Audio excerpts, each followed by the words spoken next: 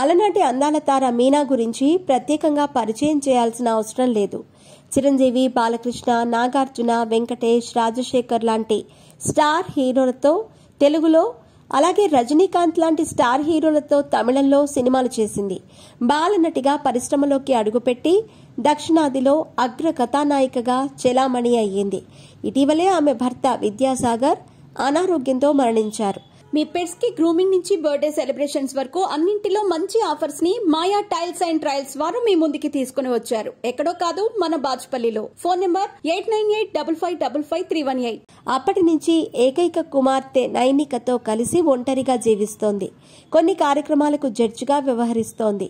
ఇటువంటి తరుణంలో మీనా పెళ్లికి సంబంధించిన వార్త సోషల్ మీడియాలో హల్చల్ చేస్తోంది. భర్త మరణం నుంచి తేరుకొని ఇప్పుడిప్పుడే బయట ప్రపంచంలోకి అడుగు పెడుతున్న మీనా పెళ్లిపై వస్తున్నవన్నీ పుకార్లే అని కొందరు కొట్టిపారేస్తున్నారు. ఇటీవలే ఓ ఛానల్కు ఇంటర్వ్యూ ఇచ్చిన మీనా కొన్ని విషయాలను ప్రేక్షకులతో పంచుకున్నారు. తన పెళ్లిపై రకరకాల వార్తలు రాస్తున్నారని, అవన్నీ ఫేక్ న్యూస్ అని కొట్టిపారేశారు.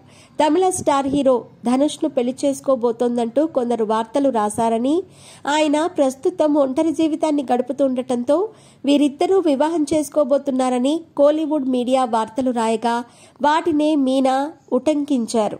ఏదో ఒక విషయాన్ని హైలైట్ చేయాలి అనే ఉద్దేశంతో ఉండే కొందరు పిచ్చి పిచ్చి వార్తలు రాస్తున్నారని, ఈ క్రమంలోనే తనను ధనుష్తో ముడిపెట్టి పెళ్లి చేసుకోబోతున్నారంటూ వార్తలు రాశారంటూ వాటిని మీనా కొట్టిపారేసింది.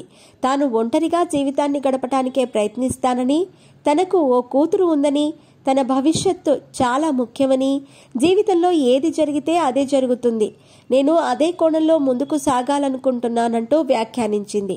ఇప్పటి వరకు ధనుష్తో మీనా పెళ్లి అంటూ వచ్చిన వార్తలపై ఓ స్పష్టత ఇచ్చింది. భవిష్యత్తులోనూ ఈ తరహా వార్తలు రాయొద్దని మీడియాను కోరింది.